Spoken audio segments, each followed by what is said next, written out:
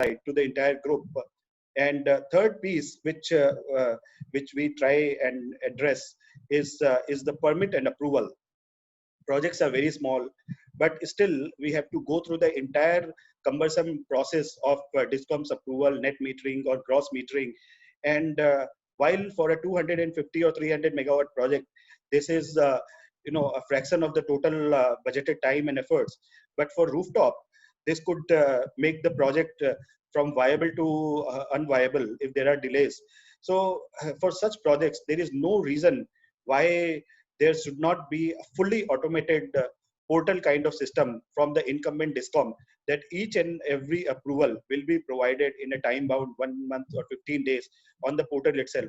As long as there is a manual interface, this rooftop is not helpful at all. So that is an ongoing effort from our side, Federation side also, to work with DISCOMs. We have been trying to convince everybody, and any support needed, any kind of technology platform needed, we are very happy as Federation to contribute.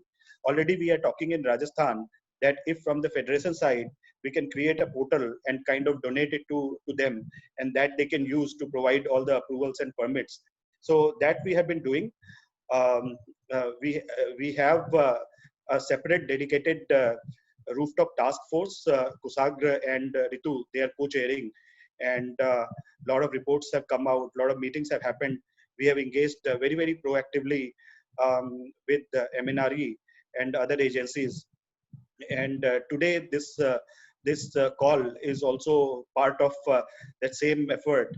And there is a reason why on our foundation day, we selected a topic rooftop, and why we wanted to facilitate actual matchmaking rather than focusing on any other bucket in solar. So that is because of our commitment to this particular segment. And with this, I think Subbu, rest of our leaders and our guests from our international partners can share their views. And from the Federation side, I'll just say one thing. Whatever, if you come up with a good idea, and if as a Federation we can help, please count on us. We are ready. We will go to any extent possible on this particular topic. Thanks. Thank you very much, Sumanji. You elaborated very well on our rooftop task force. I would now like to request Mr. Kushagra, who is the co-chair of our rooftop committee, to talk about the Indian rooftop sector and international development agencies' role, because they are the direct example of how it is a success story when international development agencies have a look and involve more into the funding ecosystem of rooftop. All over to you, Mr. Kushagra.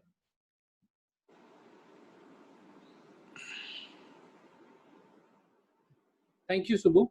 Sorry, it was on mute. First of all, I would like to congratulate Federation on the 8th Foundation Day, and especially congratulate Mr. Mehta for envisioning the Federation as an umbrella organization for other solar associations across the country. And also last year, we were fortunate to have Mr. Mehta elected as the chairman of the Global Solar Energy Council, which is headquartered out of Washington, DC, and which is the umbrella organizations of the other solar federations across the world. So very well done, and we're looking forward to many more years to ensure that we are moving ahead in the right direction and deploying more and more solar, and eventually on every other rooftop. And we are also fortunate to have Mr. Deepak Gupta, ISC, to get us going in the initial days and showing us the vision to form the association and have always a key go-to person whenever we got stuck or whenever we needed guidance. And sir, you were always there. Thank you so very much. And also, Sumant, thank you to you as well. We all know that you are in the middle of you have just moved to Mumbai and joined Brookfield and moving family and arranging work, and really appreciate your time and being very, very active in the Federation. And your inputs are very valuable. In fact, what you have just shared, eventually what the end user should see is what they are getting, right? That solar is especially the rooftop is at the distributed side, or the rooftop solar is, we are replacing the distributed tariff as compared to the utility scale tariff. So all those points are very well noted. I think we, as a federation, we should put together a paper and discuss with the ministry how to even catalyze it even further to ensure we boost the deployment of the solar even further. The one aspect I would like to touch base here is, as a lot of us we know that rooftop, including the open access, is touching around 5.5 gigawatts of deployment, of which 3.5 gigawatts is about solar rooftop, and the balance is about open access. So you can see about 5.5 gigawatts of clients have actually moved, or industrial commercial clients, maybe some residential clients have moved towards solar. And I think hopefully in next 10 years, we'll see that number multifold. So, and here the cooperation of the international multilaterals have played a major role, including companies such as ours have been major beneficiaries. For example, we were part of GIZ knowledge sharing platform, and took experts to Germany to gain more info, to get more knowledge sharing. And knowledge sharing has been on both sides, towards on both sides. People from India going over there, experts from overseas coming here, and a lot of knowledge sharing has happened. Therefore, the evolution of the net metering law, gross metering law in certain areas, definitely there are roads ahead or more miles ahead to strengthen those, right? And there are always challenges, but I think we should really appreciate the effort which our international partners have put in. In fact, we are fortunate to have experts from World Bank. In fact, our senior board member, Mr. Manav Bansal from NEEF Fund, which is part of SBI and DFID, is also here. So he'll definitely give a perspective from that side. So we see, and especially Mr. Amit Jain is here, like to welcome him as well, because especially on the equity is one part where the multilaterals have played a major role. On the debt part, I think that is where the bigger, should say this, the resources have come in, and especially the World Bank SBI line, or KfW and ADB coming in and providing a non-recourse financing to this sector has been the biggest beneficiary for the growth of this sector. And we even haven't drawn out much of those lines. So because there is scope for many more companies to be formed, many more companies for the scale up to happen. So now it is up to us how we do the scale up. A lot of roadblocks are going to happen, but federation such as NSFI here, we basically become a platform to share the knowledge, so that wherever we are getting stuck, right? So we, as a collective measure, ensure that roadblocks are getting solved. So, and where NSFI has played a major role.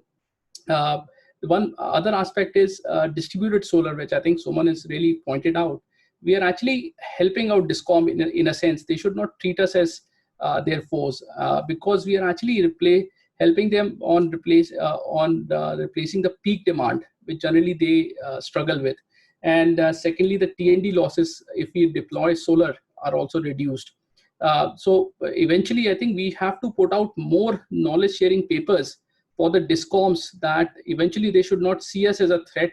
The solar guys are coming in and they're going to take our revenue over, especially with storage coming in. And if we deploy solar plus storage, eventually there will be even more solar deployment and storage deployment are going to happen. We should learn from utilities from California, from others, where the utilities have changed the business models and work with developers like us, all of us, to ensure the growth is there from both sides, and eventually the last consumer is benefiting from the growth. And with the panel pricing and storage pricing coming down, so this is becoming the go-to source of financing for the larger lenders, and also from a deployment perspective. So we are in the right sector. We all have to put together the right information package to our DISCOM partners, to basically our lenders, and eventually to our equity partners and other stakeholders. And we really look forward to in fact, more knowledge coming in from our international partners. And also we also have to do much more thorough job in putting out that information together. So with that, I would like to thank you and congratulate again. Looking forward for 10 more years of NSFI success. And congratulations again. Thank you. Thank you very much, Mr. Kushagra. Before we proceed with our presentation from our international development agency partners, I would like to request Ms. Ritu, who is also one of the co-chairs of the rooftop committee, to quickly outline the necessity for international cooperation in the Indian rooftop context. Thank you, Subbu. Hi, I hope everybody can hear me. Yes. Oh, lovely. So congratulations, NSEFI, and thanks for the invitation. So good to see virtually, but so good to see Mr. Gupta. Suman, we are not seeing you, but we hear you. Kushagra, Subbu, and of course, Mr. Mehta. Your leadership is, coming through irrespective of the lockdown. It's great to see you at so many of these e-events. And until we can safely meet again, I don't think this is too bad an option. I see Amit's face from the World Bank. Hi, Amit. Hello, everyone. Without repeating some of the points that Suman and Kushagra have so well enunciated, there is a lot going for rooftop solar. One of the points is that, you're comparing us with grid scale, and Suman made the point about the ISTS. The other point I'd like to make is we make the rooftop work without any augmentation of the T&D infrastructure. So there is no cost of T&D augmentation. There is no time that goes into it. Whatever the T&D infrastructure at that particular point, depending on the substation capacity, transformer capacity, that's what we limit, what we add. So it's not hindering anything, and there are no added costs. So the cost of generation is pretty much the cost of distribution. So it's really, really unfair to compare the cost of rooftop generation with the cost of utility generation, because there is a lot of add-on cost from generating to finally it's going to the point of consumption. At some level, I think people are aware of this. I think it suits sometimes us to ignore it and not talk about it, because then we can have, feed-in tariff of rooftop solar at sub 3 rupees, because that doesn't make sense. I think DISCOMs do understand it. I think regulators understand it. I think governments understand it. I think what is important from our point of view is to bring this conversation more and more into the public domain, so people are forced to acknowledge these realities. Because I don't think the people in the government are some of the sharpest people I have met. So I don't think it's a question of people not understanding it. They probably understand energy better than I ever will. So that, I think, is my starting point. A few things. The very first thing I'd like to say is, when I read about the German example, or when I read about the German example of solarizing, a lot of it, the bulk of it, was achieved via rooftop solar and via residential rooftop solar. That had a massive, massive role to play. So I think organizations like GIZ and IGEF can do a lot more to promote awareness on how just the residential segment itself can give you 30 plus gigawatts. In a country like India, it can give you that much more. Because of how the skew has happened in India, where utilities have the bulk of it and distributed as 5 point some gigawatts, there is this perception building unfairly and wrongly that rooftop will always be a bit player. Rooftop has been pushed into becoming a bit player, and that narrative needs to change. Speaking of financing, apart from SBI, I don't think any other bank has financed us. I know ADB have that, and we got that line from ADB, but PNB never really, made any payments out of it. We have got, thanks to the World Bank line at SBI, we've been a big receiver of loans from the SBI. Our other loans for the rooftop segment are from a private NBFC. So we need to work, maybe the international agencies can work with other banks and make more and more financing available. Financing for the domestic residential segment is again a separate area where I suppose the risks are higher, but mechanisms can be worked out.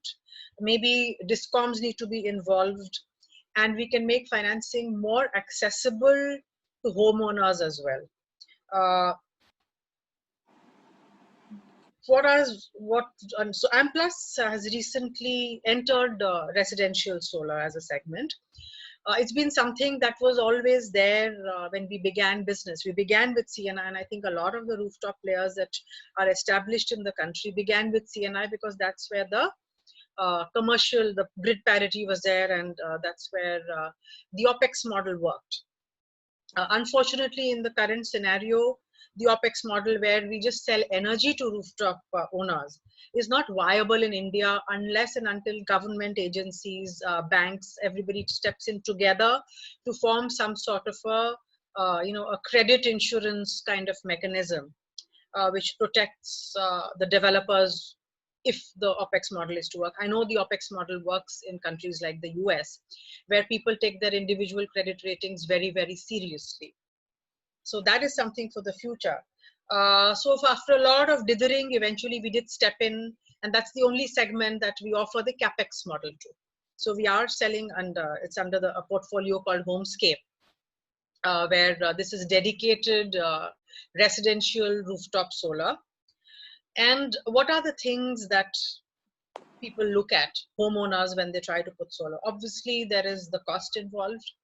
There is the return on investment, quality issues, technical parameters, the risks, whether it's financial risk, technological risk, or performance risk. What kind of warranties are offered? How do they get financing? So when we went out to the market, we kind of helped them with the financing, including, I think, kind of some underwriting some part of the risk to help them get financing. We offer them very long-term warranties. It helps that we, have the Amplus brand. While it's a B2B brand, and I don't think individuals on the street have heard of Amplus, but companies like SunSource, Amplus, I think when people go and do a search, and everybody today does even at least a prelim Google search, they would find the credentials. So it's easier for them to deal with companies with reputed backgrounds. So a lot of those issues got addressed. It is a very, very cost conscious market, but then India is a very, very cost conscious market. But we have found that people are willing to pay a premium for a particular brand. We all do in our lives. We pay the premium for the Samsung phone, we pay a premium for the iPhones, for a certain television, and what have you. And the same is also true for a solar investment. One challenge that nobody has an answer for yet is land is almost like a liquid asset in India, especially in large cities, that the fact that you set up something on the rooftop and then you can't replace it or remove it for a long period of time becomes itself another challenge, where you would see that the land price accelerates so fast that people are happy to break down the houses they live in and construct more floors.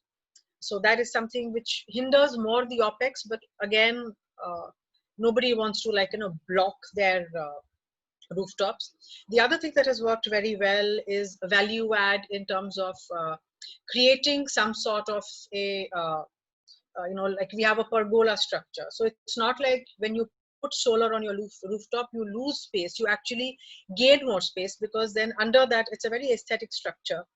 And under that, you can actually create an open seating space for whatever it is you want to do, whether you want to have a sitting room or something else. So it's actually adding on to the spaces that you've got. Some policy issues that we must address going forward, and I will not detail them too much. One is the DCR impact. And I know the government is pushing the domestic content requirement very, very strongly. Unfortunately, there's a lot of quality variation in what is made in the country. I'm sure the best that we make is totally world class. but that's just at the top end of the segment. And if you're all going to be, battling to get that, that's a very, very limited 2-3 gigawatt capacity or 4 gigawatt capacity in total. And if the utility players are also competing for that, I don't know how residential rooftop players will have access to good quality modules. Besides, we don't have that pass-through clause in change of law. So it increases the cost of manufacturing. The consistent policy reversals does not help. Today you have one policy, you can do net metering. Tomorrow they say, sorry, you can't do net metering. You can't put solar, you can't put solar. And a lot of times these changes are imposed retrospectively. So that again is a big no-no. And finally, it's a question of, hitting the DISCOMs. Now, unfortunately, the DISCOM, the subsidy burden imposed on the DISCOM is not by solar or anybody else. It's state governments who wish to subsidize, and it's their choice that they wish to subsidize. If only they removed the subsidy burden from the DISCOM and took it directly on their own shoulders and did direct benefit transfers to whoever they want to give subsidies to, then the DISCOM would not have to charge something additional from some other segment like the cross subsidy surcharge, etc. And then the real cost of solar the real cost of electricity would not be such that any amount of solar coming in and replacing grid electricity would be really hitting their profitability. So that is something that we really need to push for. I've seen hints of that in the amendment to the Electricity Act, but direct benefit transfer is something which will really, really help all forms of renewable energy. With that, I'll end here, and I look forward to seeing the rest of the presentations. Thank you so much. Thank you very much, Ms. Ritu. Now we'll straight ahead go for the presentations from international development agencies. First presentation or insights are from someone who doesn't need any introduction, and someone whose organization also doesn't need any introduction. In Hindi, Supravat is a good day. And if you are a rooftop company and if you have heard about Supravat, then you will have a good day. So without much delay, I would request Dr. Amit Jain, who is a senior energy specialist from World Bank, to address rooftop stakeholders of NSEFI. Thank you, Subbu. Thank you, Mr. Mehta, for inviting me. First, I will also like to thank Subbu for asking Ritu and Kushagra to speak before me, because they said so many kind words about World Bank and SBI, which makes my job easier to sell the presentation, which I'm going to make now. So in the COVID times, first, let us look at the positive sides. I hear that dolphins are coming near the Mumbai Ocean. We can see Himalayan peaks from the Bihar and Uttar Pradesh. I go to my rooftop every evening and see the beautiful sunset in Delhi, which I have not seen in the past 30 years of my life. So let's enjoy these things while we can. And yes, and let's face the impacts of COVID. Now, directly out of solar rooftop, I agree with both Kushagra, Suman, and Ritu that the medium term and the long term outlook for solar rooftop remains intact. It has not changed at all. It might have become stronger because, as I said, the human beings are becoming more aware of the clean air and clean nature in the past 2-3 months. So they want to sustain this for over a long period of time. So I believe the setbacks which the industry have received will remain focused to next 1 or 2, maybe 3 quarters. But next calendar year and so on, I believe we will be back, or we will be even better where we were. Now, some of the panelists also mentioned about, I think Kushagra mentioned that DISCOMs should not be threatened by solar rooftop. I beg to disagree a little bit with him because if you see currently with COVID, the power demand has reduced by 20 to 25%. This is for the overall sector. Out of this 25%, mostly it has been CNI. All of us are sitting at home and we are consuming more energy, either in the rural areas or in the residential sector, which gets cross subsidy from DISCOMs. But their cash cows are the CNI, which are shut down. So DISCOMs, which were in red earlier, are now going to become bankrupt in the few quarters. You all know very well that recent updates from Government of India has said discoms owe 93,000 crores to the generators, including NTPC and so on. And out of which 7,000 crores is for solar and wind. So their situation is very bad right now. And the collection efficiencies have fallen almost 70 to 50%. Some of the reports say they are losing 300 crores every day. So the pressure on discoms is building more and more as the time passes by. Then, even if the financial strength of the utilities are taken care of, as a utility, they're always apprehensive of solar rooftop eating into their main revenue source, which is the CNI sector. I also think we need to now move beyond CNI and go to other sectors like MSME and residential sector. Again, all the major players in India have mostly target into AAA or blue rated companies like Infosys, Walmarts, Bhartis and Airtels, which are very good paymasters. But unless we tap the MSME and residential sector, we are not going to meet our targets. But for MSME and residential, we need to take care of the off-taker risk, because these are the categories which are not, with the credit history of these categories is not looking very good. We all know very well the steps taken by MNRE in this COVID scenario: extension of deadlines, must-run status, financial measures to provide liquidity and working capital to discoms, and also increasing liquidity in the market where the RBI regulation is coming to being. So these are very positive steps from MNRE, Government of India and RBI to ease some of the working capital and liquidity issues in the market. But let me just say here, the greatest reforms come in the time of crisis. And this is the crisis we have to take advantage of, where we push decentralized sector, especially rooftop, as the mainstream power generator in the country. Because again, as Kushagra mentioned, the TNC losses are not there. When you generate, you consume at the same source. The business case of rooftop is pretty straightforward. We don't need government subsidies. At some point of time, you also may not need concessional financing from the World Bank, because as a household in Delhi, I pay 7 rupees, and rooftop can pay me at 4.5 to 5 rupees. So there's a clear business case on that. Now, there are some macroeconomic trends which we are observing right now in the COVID scenario. The CNI sector has been the strong. 70% of the installations so far out of 5.5 gigawatt has come from CNI. So we expect the CNI will come back in the next couple of quarters and will remain the mainstream business for the rooftop companies and lenders like World Bank, SBI as well. But all the other sectors are going to take a hit, at least in the short term, because look at MSMEs, residential or the institutional sector. They are going to save the cash. They are going to save whatever money they have, either to pay the salaries of their employees or to make fixed deposits or to prepare for the worst that is going to come in the next year or two.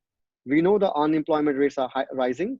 So every industry or every MSME is first going to conserve cash and then probably look for solar rooftop like things, at least in the short term. I'm not talking about medium and long term, but I'm talking about short term. So we need to bring some financial engineering, especially for SMEs and residential sector. The problem with MSME is the credit history of the MSME is not very good in India. Either lenders look for collaterals or they look for credit rating of these MSMEs, which either does not exist or they don't know how to get a credit rating.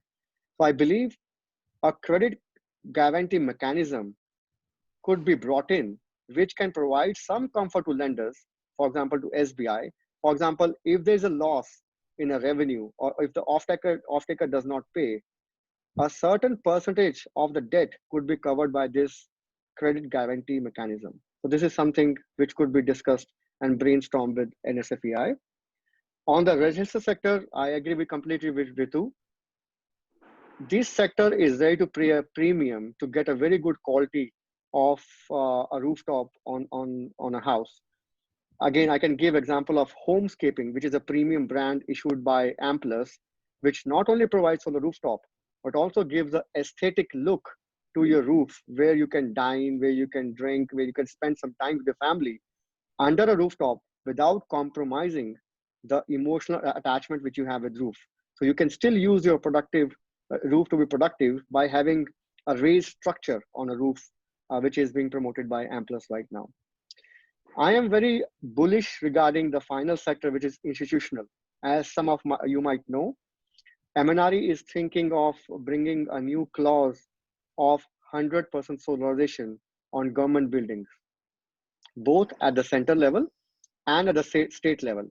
So I truly believe this is going to kickstart and bring back the solar rooftop market back in the game, because we will see a demand, a target of 5 gigawatts for government buildings.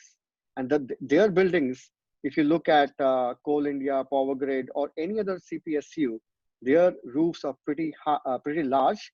And also they are not using their roof for any much productive use like a residential sector. So this could be the next sector where rooftop could get a kick in terms of pipeline in addition to CNI.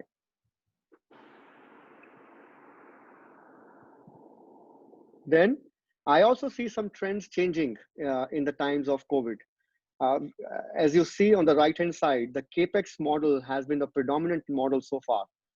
70%, 72% of the installations of 5.5 has been through CAPEX. Now, because different sectors are going to preserve cash, they are not going to invest their own money into solar rooftop. They will be more and more looking for a RESCO model or a PPA mode where rooftop may kick off.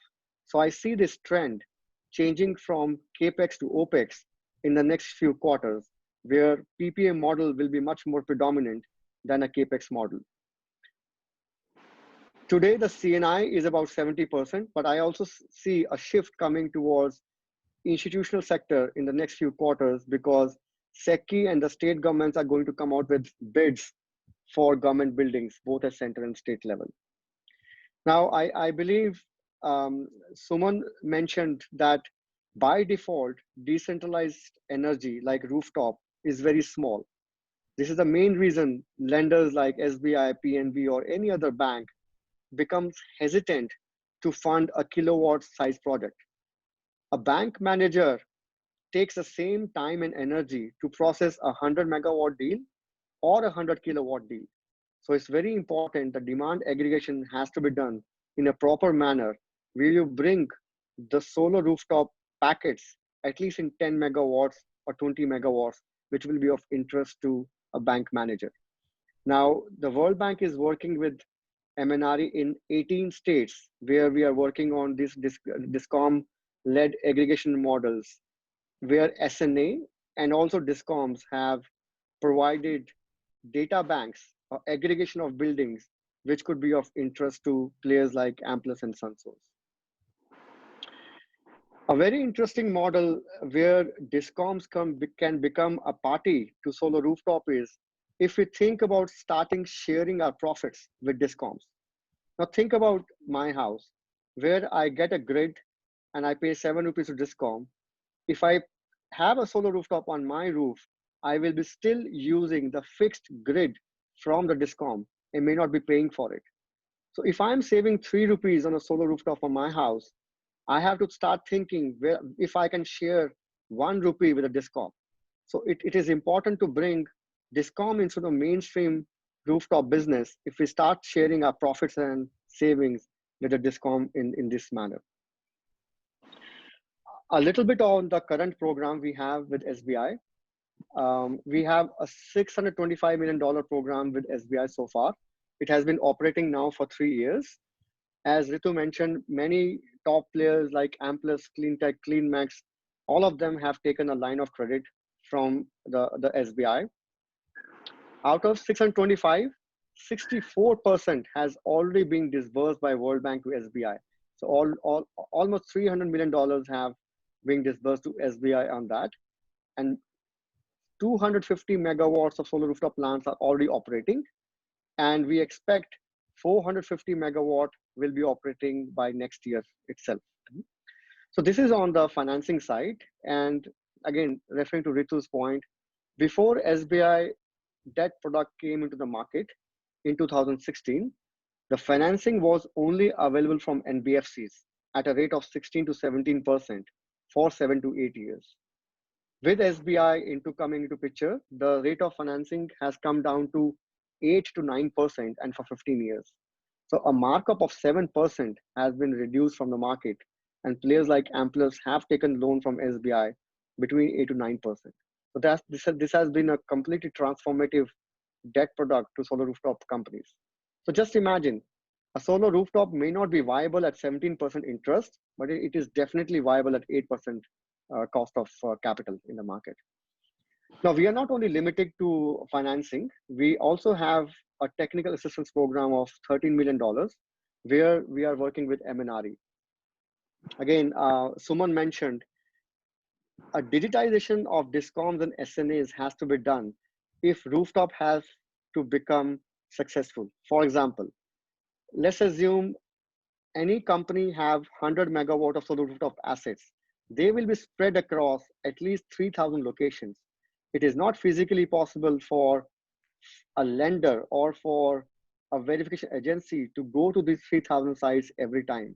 So an online monitoring system should be put into place, both by the lenders and by MNRE, where a physical inspection may not be required by lenders on all these assets. Secondly, we are working with several states where we are working on unified web portal. Suman, you mentioned briefly about working out a portal for Rajasthan. We have already done a portal for Rajasthan, Chandigarh, Bihar, and several other states, which is a single stop solution where a residential user household can go online and file for application and clearances like net metering and get it online. Now, this has started just now in some states. So user will come to know about them in next several months. Excellent. And finally, maybe we can talk offline, and maybe if you allow us through federation, we can try and take it to other states. And if it could be leveraged by all states and all DISCOMs, it would be very helpful for the entire sector. Let's catch up offline on this. Absolutely, I agree with you. And then we are also working on an online bid process system where a physical depositions of the RFPs may not be required. We have tested that in Madhya Pradesh and Delhi, and now it will be replicated in other states where auctions or reverse auction will be carried out in other states completely online with no paperwork. This is also in process. And some of the developers who are online must be aware of that Chhattisgarh is bringing a new bid as we speak. And we are working in Madhya Pradesh to come out new bid for government buildings as well. This is under the technical assistance program. So this is the final slide, which covers some of the points being mentioned by the other panelists, where we are recommending some of the following reforms to MNRE. And I propose that to Subbu, if we submit a joint white paper to MNRE in this regard. Picking up from what Ritu said, where the policy reversals has been a lot in the past.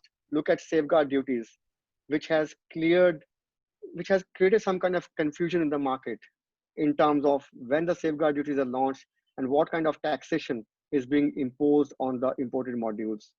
Second, a clarity on open access for solar rooftop is a must for the rooftop to take place across different states, not only with a single states.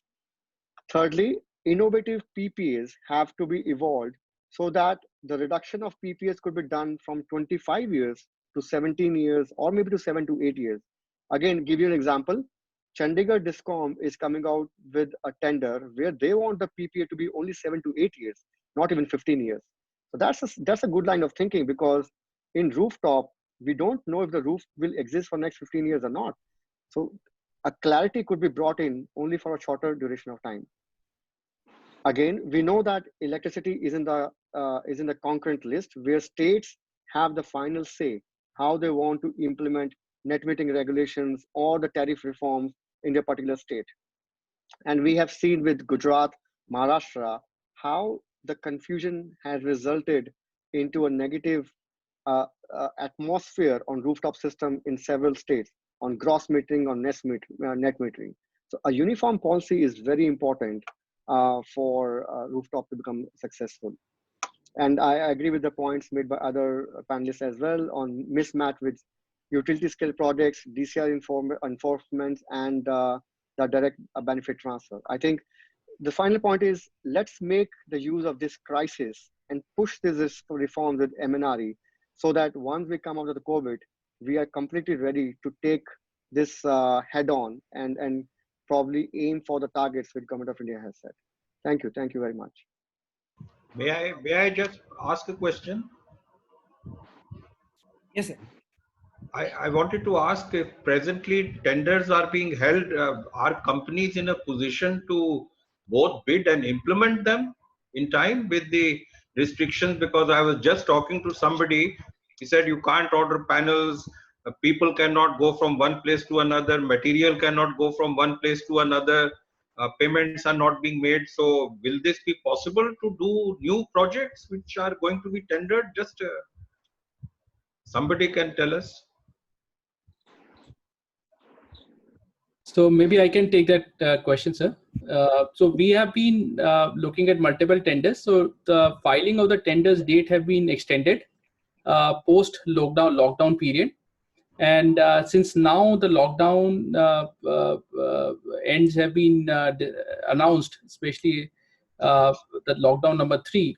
So now most of our sites are now starting to get the permits for the implementation, where the implementation was stopped because of the lockdown period. But unfortunately, now we are having issues getting the laborers. So we are working on that. It'll take another few weeks for things to settle down from a labor perspective, maybe a month or month and a half. But things have started to move, and we are now seeing the extensions for the tender dates have also started to come in. So we are seeing it from last week of May. Now a lot of these tenders will start happening. Okay. Thank Just two brief comments. Sure. Amit mentioned that you should utilize this opportunity, and he listed out certain things that we should work with MNRE to kind of prepare a note and policy reform plan. I would strongly recommend that a group of 3-4 people prepare that, and as I said, that then we can start talking with MNRE. Sure, sir. Other thing he had mentioned, and which I have been arguing for a couple of years, is that how to share and how to make a DISCOM a partner in this process, because we have been seeing, and many of my colleagues have been state energy secretaries, and we have talked to them over the last 2-3 years, I'm saying. And DISCOMs is a problem, and therefore the discouragement. So how that can be done, and maybe if we can prepare a paper along with a couple of DISCOMs and then argue with MNRE and maybe take a state along, how will this profit sharing or working jointly go? Because that's the only way that rooftop will grow in a big way, if we are go ahead as partners. I think that's a very good point, sir. So I think, Subbu, maybe we can form a subcommittee to put together some thoughts and a paper together. Yeah, Yes. we will definitely form a subcommittee with the rooftop committee members already, and with Dr. Jain's. Yes, I think we should be very specific and find out I keep saying this again and again. You see, general issues will not find a response, because who will react to what? We have to be very, very specific. Sure, sir. Do this, etc., etc. And the third thing, the web portal is a very good idea, and how it can be expanded, made better in this technology age of today, and especially now that people are saying we should all work from home and through this thing. I think that is another third initiative which we should take up. Actually, we should now prepare for 21-22. Yeah. Yes. And more or less give up this year in consolidation, completion, and trying to get our policy right. Yes. Deepakji, just one small point, Subbu. Yeah. I agree with you, Deepakji, that instead of giving the background and the philosophy, if you prepare a very short white paper, which gives exact clauses and the policy changes which are required and why. Yes. That's all. Yes. And I have been saying again and again And I'm sorry to repeat this, that if I look at it from the point of view, if I was secretary in the ministry, I would welcome such a draft and recommendation. And if it's a big paper, most of it will not be, not be even read. Sure, sir. At the very earliest, we will form the joint working group between World Bank and NSEFI. Yeah. These are three specific suggestions coming out, and others may also suggest and agree on one or two more. I think if Yes. you have this agenda of 4 or 5 points and push them through very clearly, very specifically, and then just follow it up. Sure, sir. Before we let Dr. Amit Jain conclude his session, we have one question from one of the rooftop stakeholders in the call. That according to you, do you think Indian capacity should be treated differently and it should be divided differently based on the portfolio, and they should be awarded different subsidies and they should opt different tender process, just like in Australia, so that there will be specific boost for rooftop sector? See, first of all, I'm not a big fan of subsidies. Let me tell you, because one of the policy clarity is it has to be a fair game for all the sectors. So when you started the rooftop, you saw that for CNI there was no subsidy, and slowly the subsidy was removed from institutional, and now the subsidy is only remaining for residential sector. And one of the reasons subsidy is for residential sector is, one, because the size is very small for residential sector, and the business case for residential is little weak than CNI, because CNI is charged higher because of cross subsidy. But slowly going down the line, I believe subsidy for residential sector also will go, because It should go. yes, because tomorrow, as I mentioned, no subsidy, no concessional financing will be required, because there's a clear case for solar rooftop. And that's why I said from CNI, we have to move and take the battle to institutional sector and then to the residential sector, because this is high time where India has proved that rooftop can work on CNI. And now we are ready for institutional, SME and residential sector, with or without subsidies. Thank you. Thank you very much, Dr. Amit Jain. It had mentioned that there is a likely possible thing of 100% solarization of government buildings, center and state. So if you take that as a possibility, getting the discoms together, and what is the best way to implement this? Would it require competitive tenders, or is there any other way to do it together, etc.? I think this also can be one focus of your deliberations and some paper coming out. Sure, sir.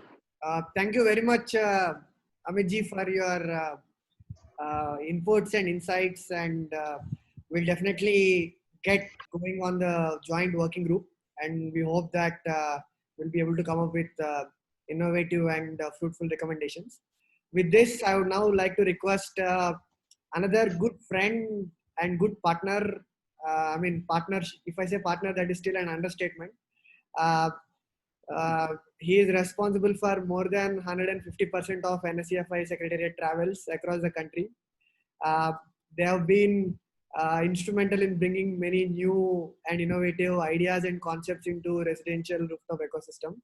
I think now I'll stop and request Mr. Jörg Gabler from GIZ, who is the senior principal advisor for Indo-German Energy Program, to kindly address NSEFI Rooftop Stakeholders. Yes, good afternoon to India. Can you hear me okay? Yes, we can hear you. Wonderful. Good afternoon to Pranav Mehtaji and Subbuji. A warm congratulations, heartfelt congratulations to your 8th year of NSEFI. I think this is your day today. Despite the circumstances and me being in Germany and grounded, this is your day, and I want to congratulate you and wish you a strong hand for the way ahead with your organization. Am I audible enough? Yes, yes. Thank you. Thank you very much. Okay, before I have prepared a little presentation, nothing big, but maybe to share some of the initiatives which have been discussed in this panel here, also on the ground, which have been implemented by GIZ in cooperation with NSEFI. But before I get started, I'd like to say something. I've been now in my 6th or 7th week here in Germany listening into or participating in digital panels, and everybody is talking about post-COVID. I would like to correct this a little bit. Since I'm German, I'm allowed to be a smart ass, I guess. To me, it's not post-COVID because it's only the post-lockdown. COVID and the virus will remain with us for a longer time.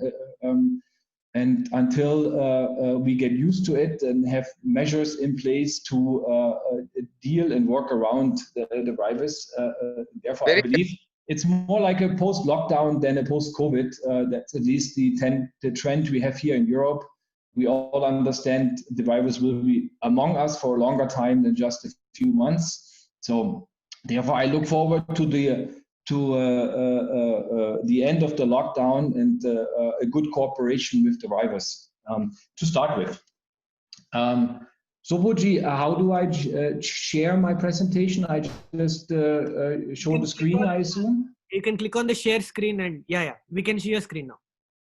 You see it now, or? Yes, we can see it. Okay. So I have a few surprises, which I'm going to show in a moment, just to show the activities of GIZ as of today. We have now technical assistance funding. This is not a grant, or this is not a loan. This is technical assistance funding through MNIE as a steering committee, more or less, of 19.9 million euros for the solar rooftop sector in India available until March 2024. We just got an extension of 4.9 additional million within the last few weeks to introduce new measures, new ideas on the technology side together with MNIE. We work in 11 states. These states are listed here. We have a couple big programs. One is relatively new, I would like to introduce. This program is called iRise. It is supporting the Indian Installer Program with a very unique task or objective. It is to upskill or reskill at least 5,000 Surya Mitras of the 60,000 available in the country now to act or react to the implications of COVID-19. We see that these Surya Mitras may suffer also in the sector, yet they have received an expensive, sometimes better, sometimes not as a good education over 90 days. And we are now trying to upskill them. 30 of these PV ports, I will talk about PV port in a second, 30 of these standardized systems are being currently deployed into 30 institutes across India with the highest penetration of Surya Mitras either under the education or with completed educations to go back into the sector paid by GIZ to do what we call demand aggregation. So I will now jump to that topic, demand aggregation. Here's the PV port. I will talk about it in a second. And I will also tell you why I'm talking about it in a second. It is the day of the NSEFI. It is also the day of Pranav Mitaji. I would like to honor a little bit. Almost 1 year ago, exactly to that date in May, we were at Intersolar in Germany, and he took me as an honored guest to a black tie dinner of the Global Solar Association, where we received several awards for his contributions and his work as a global leader in the solar sector. So congratulations to that again, sir. but I have one more surprise, which is coming up. Thank you. And it is related to PV Thank port. you, So Mr. Gabler. be patient, be patient, be patient. But PV port today, as an honor to NSEFI, will play a role, and I will tell you in a second why. Demand aggregation for us is one of the tools currently available to international organizations like GIZ to help and to support the sector. We're currently doing it in 11 states. We have aggregated so far 550 megawatt in the 5 states we have been responsible for the last 2 years. In total, we are looking at 174,000 solar installations. The strongest presence we have in Gujarat, where we have a call center of 4 people, 4 Surya Mitras, taking roughly as of today 8,000 calls, which are the calls of the initiatives of the government of Gujarat, promoting its 600 megawatt rooftop tender. And then we are steering these applicants to our portal, iSmart portal, which you see here on the screen for registration. And then we are connecting to the private sector, to the installers. I believe Gujarat has now empaneled roughly 450, 500 installers. So this is a very successful program. And why? Demand aggregation does one thing. It takes away the cost for promotion, marketing, outreach from the private sector. My numbers I have given to MNRE as well as to our ministry is currently 80 rupees, euro per kilowatt demand aggregated. This is our cost. So this is the cost we pay as an agency. The private sector would have to spend to find sites and apply the DISCOM interconnection certificate and things like this. So we take care of that with an indirect program, which we currently funding with 1.5 million euros, which boils down to 80 rupees per kilowatt, according to the cost we have with the consultants in the different states. We are expanding from iSmart 1 to iSmart 2, which is the brand name of our program. We are expanding now in 5 additional states with a target of 200 megawatt in the next 18 months. And we are believing that we can reduce the cost we have for aggregating demand and handing it over to the private sector down to 50 or 60 rupees per kilowatt. So this is a number I'd like to share with you today. This is a brand new number, but it's an essential number because our ministry is measuring us on how the TA assistance money or funding is being used, and they want transparency. And this transparency is given by this simple calculation, 80 rupees per kilowatt. So I move on a little bit to the different portals which were mentioned today. It was not my intention, but I would like to say that 5 active unified state portals are fully active. This is the mask of Gujarat. Gujarat's second portal. The first portal was only the CNI sector. This is the residential sector, and Gujarat is currently doing an amazing job of developing the digitalization in the sector. I believe the current struggle they see is to align the manufacturing side, meaning what modules and what cells are being used for what site, which is then also part of this portal or inside the portal as information, transparent information for quality assurance. So this is Gujarat. This is the residential portal of Gujarat. This is the Uttarakhand portal. This is the portal for Himachal Pradesh. This is the portal for Jammu and Kashmir. So we're now moving into West Bengal as the next portal, followed by Arunachal Pradesh. Pranav Mehtaji, do you remember this picture? Yes. Yes. Do you remember the year of this picture? Yes, I can hear you. Yeah, but do you remember when this picture was taken? So this picture was taken in May of 2017, when we had several cricket associations and stadiums traveling to Munich, to Intersolar, to join Piyush Goyal for a lighthouse event on solar in India. And this napkin you're seeing here in this photograph is literally the first design of two things: demand aggregation in India and PV port. Yeah, I recall this. So here everything has started, and you can see on the drawing on the left upper corner a little square box. This was the original thought of PV port, sir.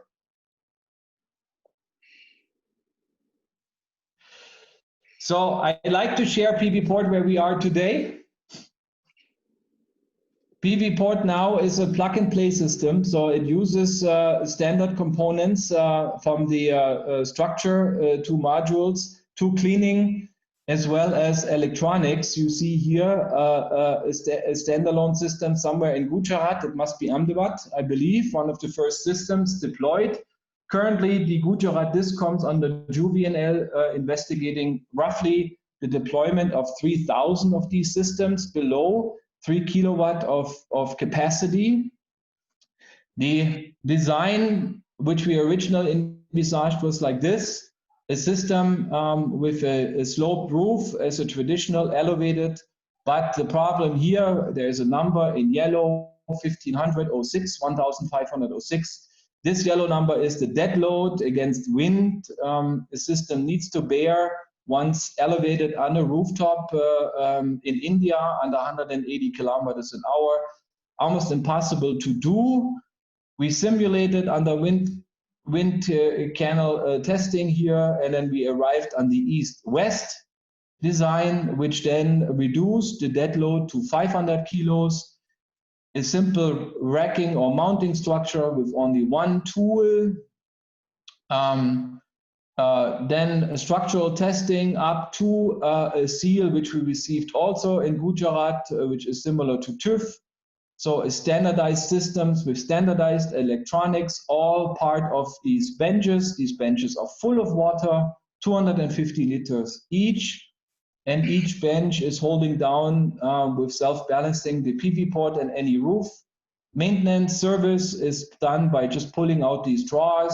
Here you see and then all the electronics, all the technology, all the parts, components are not seen, are integrated, and the system is just plugged in. This is a system which we are tracking now as of January 2022, because PV port has a storage, a lithium-ion battery as an optional item. It can also be lead acid or no battery. It interacts with the grid without or with battery. Here you see the consumption, solar and battery pattern. The idea is to charge any solar which comes in, which is not directly used, into the battery, and then you can see on the blue curve and the hours that the battery then at peak hours, 6 o'clock, 7 o'clock in the evening, when now all the air conditionings are going on, the battery is discharged to the mostly AC load. That is the battery charging profile. It matches exactly the generation profile, so we're very happy with the trial in Delhi right now. And as I mentioned, roughly 10, 11 systems are going now into Gujarat as trials as well before we launch the large rollout of several thousand systems. That's it from my end. With maybe a final comment on demand aggregation. I do support the view of NSTFI that this is one of the very unique measures which should be put forward immediately to help the sector and to help the private sector, especially because Cash flow on a daily basis is limited. This is the impact we see from COVID on the sector. And therefore, whenever we as an international organization can help, we see this demand aggregation effort now more integrated with the private sector as one of the tools to ease the impact of COVID. Thank you so much, and congratulations again to 8 years of NSEFI. Thank you very much. Thank you, Gabler-ji, for your insightful presentation and also memorable picture of how ideas on a napkin can be transformed into scalable ideas in less than 2 or 3 years. Subbu, let me thank Mr. Gabler, especially for his very kind words, and also to mention that we look forward to work with him as NSEFI and GIZ in all this PV port and all the other areas, including awareness programs throughout all these states for solar rooftop. Thank you, sir. Now I would like to request Mr. Bansal from New Fund to address our audience. As you all know, for those who don't know, New Fund is a joint partnership between DFID UK and India's SBI. They have been instrumental in promoting the distributed solar generation ecosystem by investing in a very varied range of portfolio companies. I would like to hand over to Manavji to take it over. Thank you so much. First of all, congratulations on your 8th anniversary. Thank you all to the speakers who have spoken before me. Just a quick background, the NEEF fund, like was mentioned, is a private equity fund which had been supported largely by Government of UK, DFID, and State Bank of India. We also have SIDBI as one of our investors. Our focus is to invest in climate and social and health infrastructure in the country. We are one of the earliest investors in rooftop solar in form of our investment in SunSource. We heard Kush Nandan earlier, and he's one of the most enterprising and responsible entrepreneurs that we've had an opportunity to work with. So congratulations to you all to have him on the panel as well. I can give you some perspective, an humble perspective from an equity investor perspective as to how we see rooftop solar business in general, the challenges and perhaps some options that we could consider. The first and the foremost challenge that a private equity investor looks at when they look at rooftop is the ability to scale. Rooftop players generally have been smaller, and especially when compared to their counterparts at the utility scale players. So the question that comes to any investor from a private equity investment perspective is whether they can and they will have a scale. The second big issue that investors look at when they look at this sector is the regulatory risk. And enough has been spoken by speakers who understand it far more than I do, but that risk still remains. The third and important distinction that we try and understand is what is the rooftop industry all about? Is it an infrastructure business or is it a consumer business, wherein we are where the rooftop player is actually giving out service, energy as a service to consumers, or is it a utility scale business? The reason, and the third one I will take first. If it's an infrastructure business, then there is a quality or a class of investors that it will attract: the pension funds, the infrastructure funds. If it's energy as a service, it will attract a different set of investors, the more private equity, consumer, business oriented funds. As we stand today, I don't think that we've been able to answer that question decisively. I think we are moving towards more consumer-oriented business, but I don't think that that question is settled. Where we stand today is that equity around the world has been eroded across all sectors, across all businesses. So if you are a player in rooftop business, as you would be in any other business, access to equity is becoming increasingly limited. And if you are a rooftop player, you should be extremely worried about equity.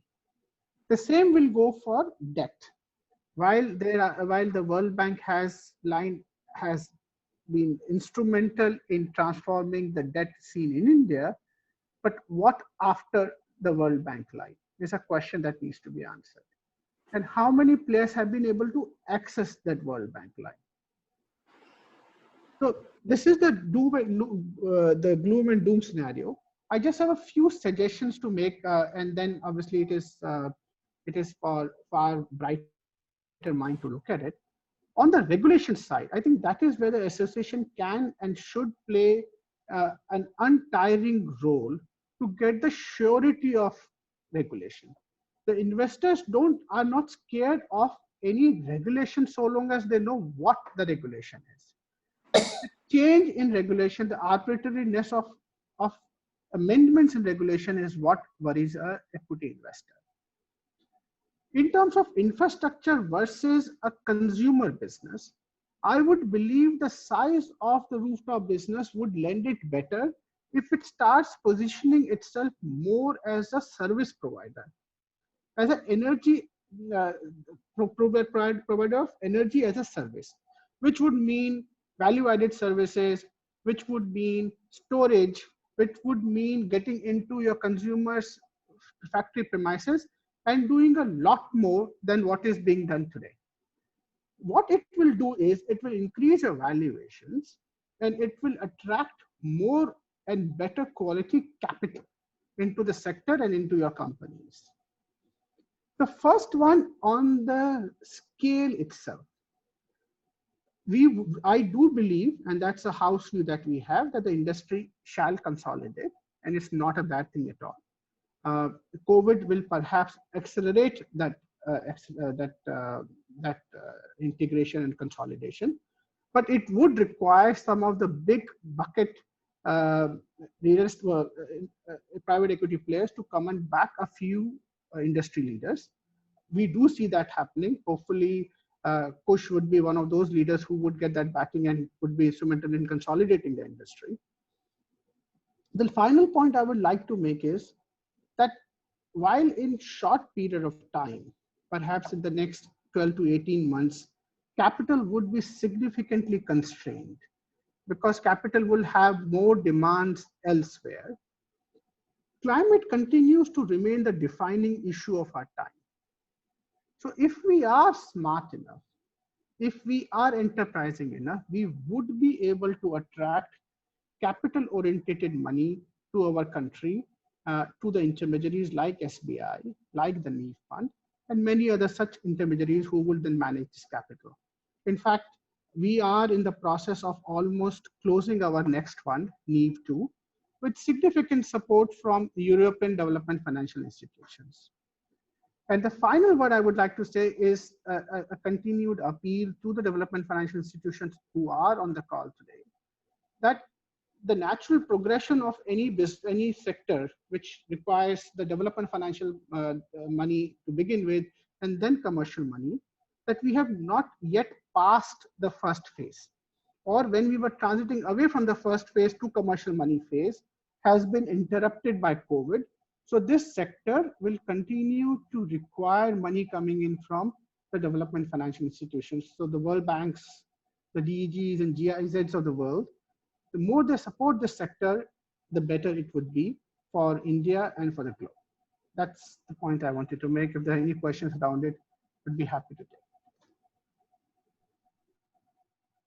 Thank you, Mr. Bansal. I think you made two very, at least in NSEFI's context, you made those 2 points which are very crucial, and through the NSEFI Rooftop Committee, we are trying to address that. One is on the regulatory front, and second is on the capital front, where the demand aggregation should be there, and when the market consolidates, you'll have the strong foot out up front. But before we take questions from the audience, I have one question specific to fundraising. I mean, as our Gabler ji has put it, post lockdown during COVID, uh, what do you see will be the key challenges from the financer perspective while assessing the portfolio of companies when you are going out there to fund? Because it's not business as usual. There will be some constraints. You have to go away with some restraints that you all were bullish before. So what do you think will be the scenario? Yeah, see, the biggest constraint would be the sheer availability of capital. On the equity side, the capital is just not going to be available. The energy companies who were looking at investing in climate, the petroleum companies, they are short of capital because what's happened to oil. The traditional family houses who were typical LPs or investors in such capital are no more available. So the capital availability pool has become far smaller. Once the capital availability pool has become smaller, the number of transactions that can happen become more limited, and only the top quality recipients are able to get that capital. The valuations obviously go down, so therefore the dilutions go up, and therefore eventually the promoters of these companies get hurt. So if there is anybody out in the market looking for first round of capital, they will find it extremely difficult, almost impossible to raise on the equity side. Then if you do not have the requisite equity, where would you get the debt from? Then you will end up going to the same NBFCs of 15-16% rather than on the debt that is available from the public sector banks. So capital is going to be very, very big constraint. What the government of India can do, however, is that they have instruments available to them such as NIIF. A lot of supply side push can actually come from there. If you are going to liaise very strongly with MNRE, because that seems to be the parent ministry, then instruments such as IRIDA can be focused on providing some liquidity on the debt side. But in short term, please understand that there is going to be pain, especially for the first time equity raising, significant pain. There will be significant pain on the financial side, not only for solar, but for a variety of sectors. Yeah. As far as India is concerned, there will be a lot of focus on infrastructure, which is going to be neglected, and employment and for the poor, etc. I mean, thirdly, within solar itself, as far as the government is concerned or the discoms might be concerned, whatever little has to happen, there may be a tendency to go on to the utility side. So therefore, not only is there a general financial problem, but it may be more and more acute for solar rooftop. So I think when we plan for the future, it is necessary to keep these constraints in mind, so that what you can suggest is something which will fall into this kind of situation, and therefore the issue of reform, the issue of aggregation, etc., all become very important. You do something in a substantive way, but which is fundable, and various stakeholders will then see it like that, including MNRE maybe, but there is a tendency to favor at the moment utility over rooftop. So if the funding is limited, it may go to that sector. Yeah, so the simple solution to that could be, or simpler solutions to that could be, there is no simple solution in the world today, is there is some money available around the globe, which is the climate money. While that pool will be reduced, it will not get eliminated. So the government of India, through MNRE needs to ensure that money is attracted and channelized, because that particular money would look for solutions like rooftop solar, not necessarily utility scale. And where is this money available? This money is, for example, available with the Asian Development Bank. This kind of money is available with IFC, with DEGs of the world. So I think we should examine this aspect a little bit more deeply, instead of, I think this is important. And anyway, let us see. But we need to understand this better and convey this thing also better. But I don't know, World Bank already, as you started off with the question, if the present, whatever World Bank has committed, after that, what? Yeah, see, there's, what I do believe is that there are certain agencies within MNRE who are perhaps in some ways better equipped to deal with some of the money rather than with agencies outside. So, for example, a public sector bank could do only so much, which a PFC or an IRIDA can be more flexible. The second thing is that till now, the favored instrument provided by development financial institutions have been refinancing. The bigger banks in the country do have the money available today. In fact, State Bank of India has more deposits available than it can actually lend. So the refinancing doesn't attract them that much. The world can change quite swiftly, but as of now, refinancing instruments are not their favored. And interest subvention is a more favored instrument because that gives you the benefit without necessarily a pressure on a World Bank or on a State Bank of India to use a line that it would not have used otherwise in any case. I'm not an expert on this, and therefore, I'm wading away from the equity business that I should be speaking about. And we have experts from development financial institutions who would understand these instruments a bit more. But perhaps two things can be done. One is to expand the levers that they have, and expanding that levers, one, to those agencies which fall directly under your ministry, which is MNRE, and two, look at investments into equity funds. I mean, I'm not trying to market my fund, but it invest in equity funds such as ours and others who would then necessarily invest in the businesses that you are in. The third is that look at changing the instruments itself. Because if you have subventions, perhaps the focus of State Bank of India or the incentive for State Bank of India to expand that line, or for example, somebody mentioned PNB line, which is inert, becomes better. And that does require some offline piece of work, both talking to the stakeholders in those banks as to what is the reason that money is not gone out, as well as talking to the development financial institutions to understand what is within their purview and what is the limits of their own ability to provide money. Thank you very much, Mr. Bansal. I think here I would like to mention one more aspect that during our, one point is Chairman Mehta has been a strong proponent of interest subvention. Even in one of the last calls that the Secretary has taken up, there also Chairman has mentioned this point.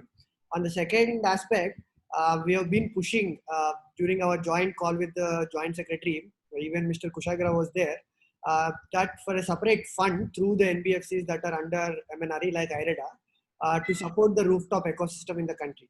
So I think next week with our rooftop committee, Chairman and DG, we'll have a short call with even IREDA to see what kind of financing instruments can be leveraged from IREDA perspective to the rooftop ecosystem in the country. So without much delay, I would like to now invite someone who again doesn't need any introduction. He's from the Indo-German Energy Forum, but naturally you'll think he's a German, but I think he is more Indian than any one of us here, including me. we have been closely working with them. I think with them and more than for them over the last 7-8 years. Without much ado, I'd like to request Mr. Tobias Winter, the director of Indo-German Energy Forum Support Office, to address NSEFI members. Namaskar, and thank you, Subhuji, for this introduction. And once again, congratulations, Pranav Mehtaji, Deepak Gupta-ji, nice to see you. Good to see Women Power present. Ritu Lal, thank you. Teresa, I'm seeing. Let me congratulate all in this room for being gifted with the Son of India, actually. No? Ritu Lal said that IGF and GIZ shall promote awareness about how to go even more on rooftop. No? And I think Amit Jain mentioned about the SME and the residential sector. Yes, there's issues on financing, collaterals, and so on. But Subhu, maybe you allow me to please show 3 slides on what impresses Germans most about India. And I'm still here in Delhi. We have not left, my wife and me. We love India. We are here in Delhi. Yes, cases are amazing, but this country is amazing. And let me just show you 3 slides. What makes us believe that the rooftop market within the next 5 years might become a $5 billion opportunity per year. I think I can just... Yeah, you can share the screen. You can share the screen. I can just share the screen.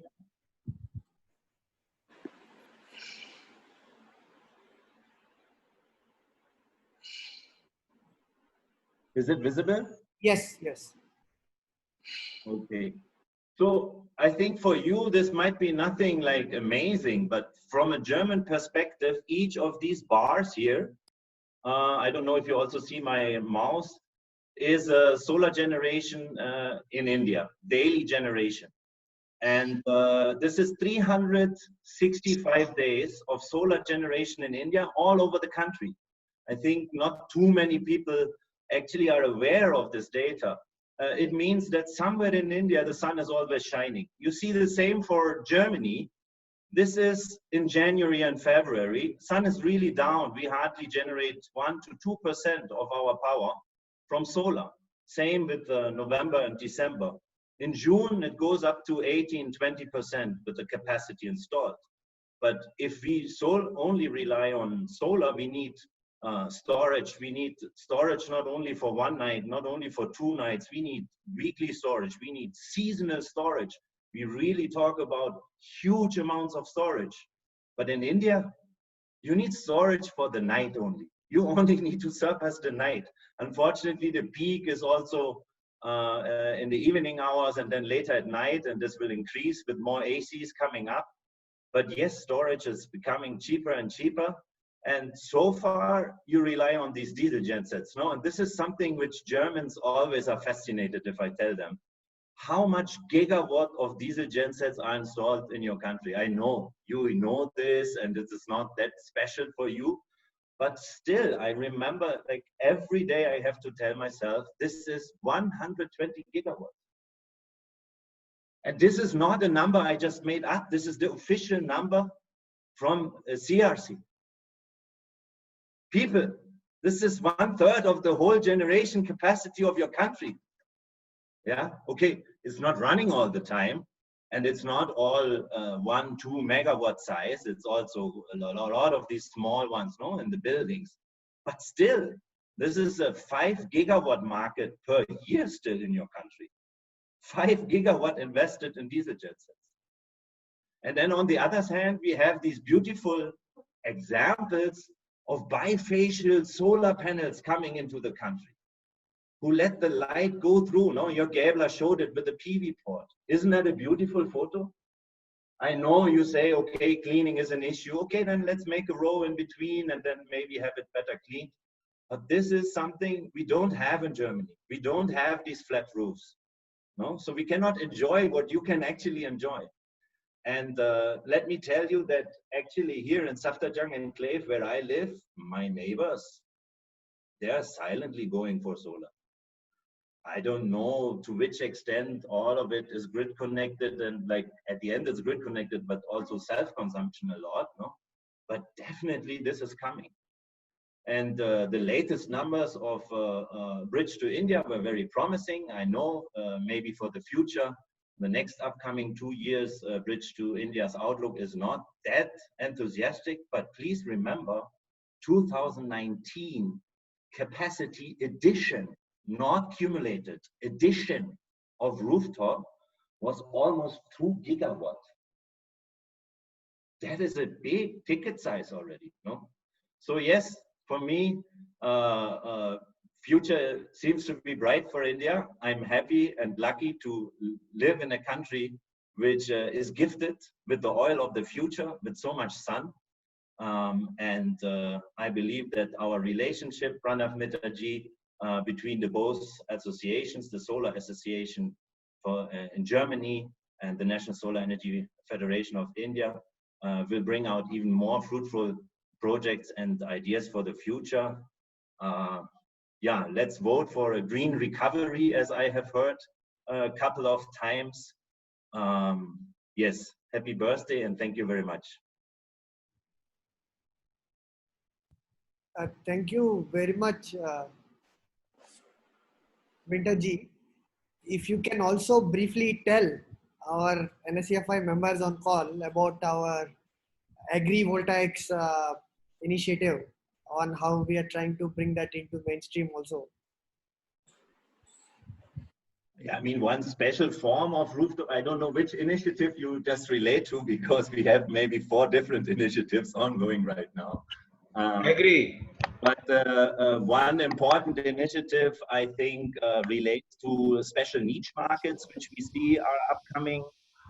For example, agro PV. Yes. We also seen as a sort of rooftop. No, if we talk about greenhouses, if we talk about combining agriculture, that's some sort of like elevated structures, rooftop, carport thing combination. No.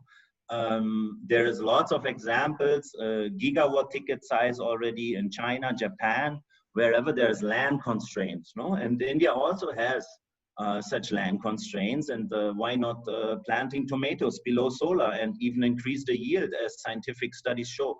So this is one initiative we're having right now with Fraunhofer in Germany and National Solar Energy Federation of India, to push the whole topic for agro PV.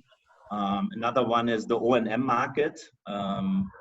We believe that this is getting more and more interesting. I know we always hear India price sensitive and so on, but yes, O&M market becomes more important, and with the larger accumulated capacity in India, this market also has become I would say, what was it the last time we calculated? It was already an annual market of around $200 million also. So this market is definitely interesting, and there we are working together with National Solar Energy Federation of India on operation and maintenance guidelines, checklists for the private sector on how to actually increase the output of existing plants.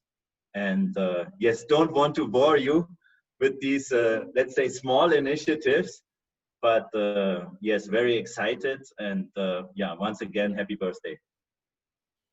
Tobias, I'm just asking Subbu if you can speak to me separately, because everybody is here on phone sometime when you feel like it.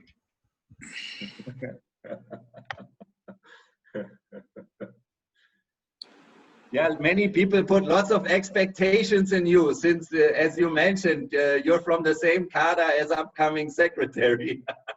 so I know you said you don't know him personally, but yes, we believe the future is bright, and we see an increased role for National Solar Energy Federation of India in the upcoming years.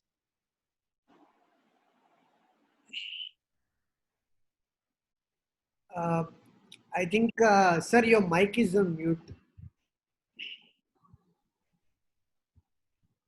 Yeah, for the last few months, we have been saying that solar agro should be an area of great focus to for our country.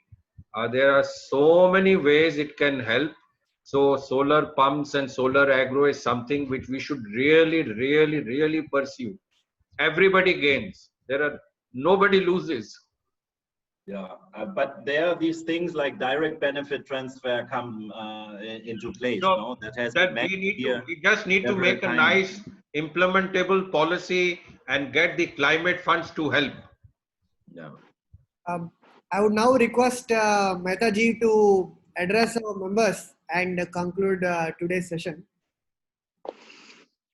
In fact, it has been a very wonderful session, I must say. Speaker from across the real sectors and the people who have the right kind of experience shared their perspective and views. So, whereas Winterji made also very important point on agro PV as also the large potential of solar rooftop. Similarly, Mr. Gebler very rightly said that it is not post-COVID, but it is post-lockdown that is important. In any case, what I feel is that what are going to be important from the rooftop point of view as well is how to restart post-lockdown. And in that, the most important is going to be the movement of what I call 3M, the main material and money. And that is going to be the real challenge. So that logistics is going to be important, including the manpower, which was, I think, was touched by Ritu and also others, Kushagra. So the point that I'm trying to say is that this is not a rocket science and people can easily be trained. So let us train some more locally available people with the Skill India cooperation that we have. So I would put that as a very important area for restarting. Also, this remote monitoring and this virtual way of tendering and PPAs, that is a very important area. So that AI will also now come into play in a big way as we see the future. And also what we have been emphasizing is the awareness, pan-India awareness, because I think these awareness campaigns have helped us in a big way. Everybody wants to do solar, but people do not know how to do it. And that is where we can play a meaningful role with the help of GIZ, IJF, even World Bank, MNRE and state governments concerned. So to my mind, awareness with capital letters is the most important. With all these policies, etc., people should know how to go about. And lastly, and equally importantly, which again was touched by Dr. Amit ji, that is the innovative finance and how we can collaborate with the World Bank team, forming a joint team. So with these words, I would hand it over back to Subbu, and looks like that this was really excellent. There can be no better way of celebrating the 8 years of NSEFI existence. Thank you very much. And, thank you very much, sir. I fully agree with you. There could have been no better way to celebrate. 1 minute. Hopefully the 9th year we will celebrate in a more spirited manner. Yes, sir. In a more spirited and together in a place rather than together on the screen. I think that your mic maybe there was not audible, but I mentioned in the very first sentence that NSEFI in a great way owes. I heard. I hope you did. Huh? Because it is our interaction, your interaction with me, that has really helped us form this national federation.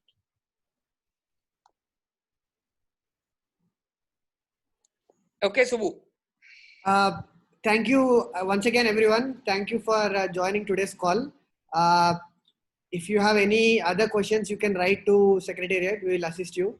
I would like to thank Dr. Amit Jain from World Bank, Gabler ji from GIZ, IGEN, Winter ji from IGF, Mr. Bansal from New Fund, and most importantly, Mr. Kushagra from SunSource and our co-chair of Rooftop Committee for joining us. I would again like to congratulate all of our NSEFI members. Yeah. Being And from participants, that lady from Northeast, we must get in touch with her, Shivali, no? Yes, sir. We have saved all the chats, the discussion that's happening in the chat. We'll get back to each one of you with your queries. Also, thank you to NSEFI members, and I hope you'll stay safe and we'll emerge out of this together stronger. Thank you, everyone. Have a nice day. Thank you. Thank you again.